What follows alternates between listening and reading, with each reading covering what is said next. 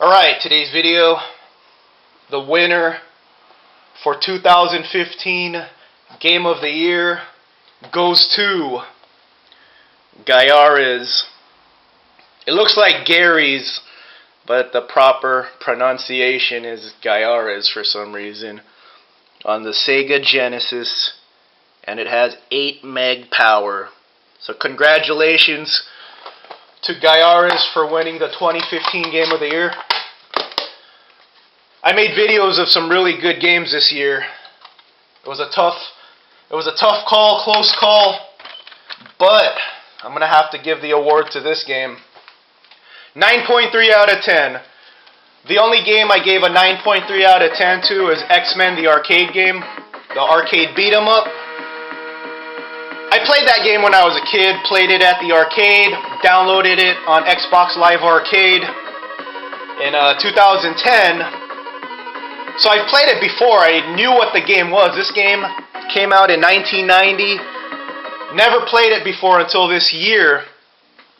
My genre lately has been spaceship shooters. Like 95% of the games I play in my rotation are spaceship shooters. So I've read about this game, I've heard about this game, watched videos on this game, and I had to pick it up. Won it for $37 on eBay, did an initial impressions video on it, and this game blew me away. Caught me totally off guard. I did not think it was going to be this good. 1990.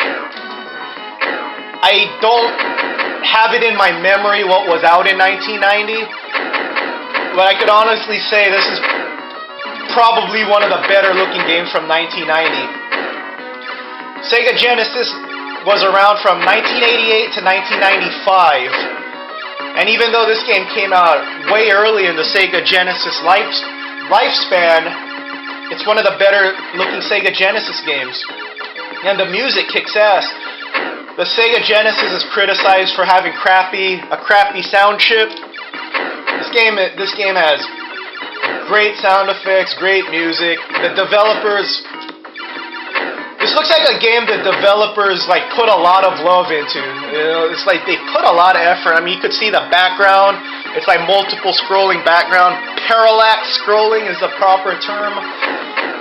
But yeah, it's just not like a blank. Like this is in space, so they could have made a blank screen with like a few dots, you know, for the stars. But no, they put effort in this game, and it shows. This game's a freaking masterpiece, you know. And I don't want to talk on this part because I actually have to concentrate. See that little pod in front of you? You steal weapons that way. So, and then the bad part is you can't shoot back while you're stealing weapons. So it complicates the game more there. See, level 3. Level 3 G-beam. Now look how fat this laser is. And this game has a pretty brutal difficulty. If you die too early in the level, you start all the way to the beginning. If you beat a mid-boss, that's a checkpoint. Right now I hit a checkpoint, so if I die, I'll start like back around right here.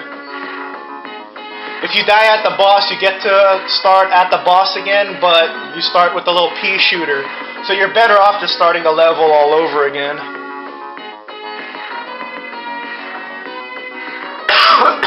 Excuse me. But is this the hardest shooter I ever played? No, it's up there.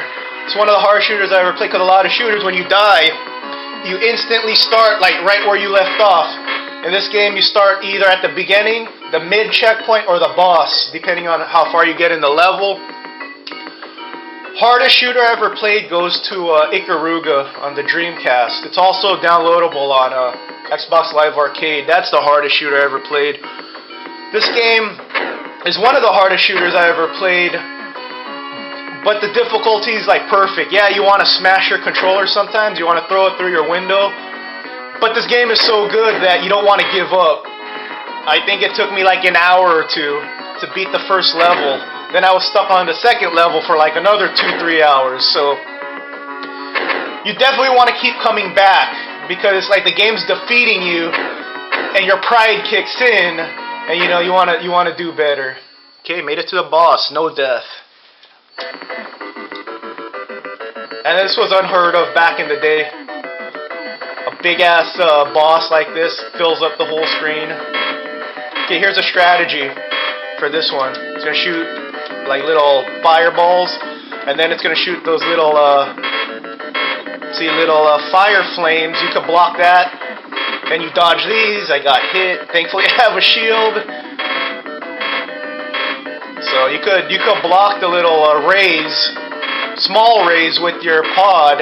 Those, see, and then these big rays, these fireballs, you have to dodge them manually. Got hit again. Shield is essential in this game. If you have the shield, you'll be alright. Beat the boss. But a little sloppy right there, but that's the strategy of beating that boss.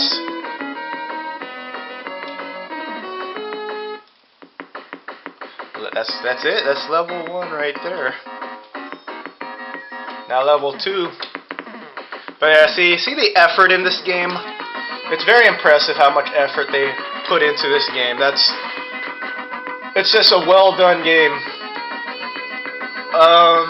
In terms of favorite shooter ever, that's tough.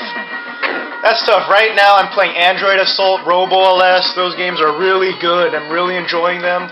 Oh yeah, check out this weapon you could steal. See, now it's like a homing laser, but it's a little weak. But yeah, this is definitely top 3. There's a lot of great shooters out there, but I can't say this is my favorite one, but definitely top 3.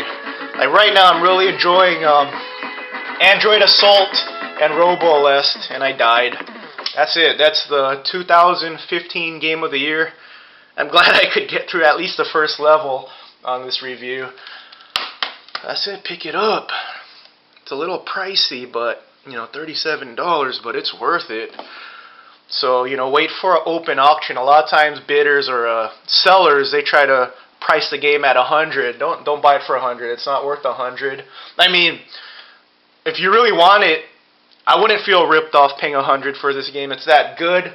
But if there's an open auction for it, like you could actually bid and determine the price, it's about a $30 to $50 game. Alright everyone, kick ass, be safe, take it easy, have a kick ass weekend.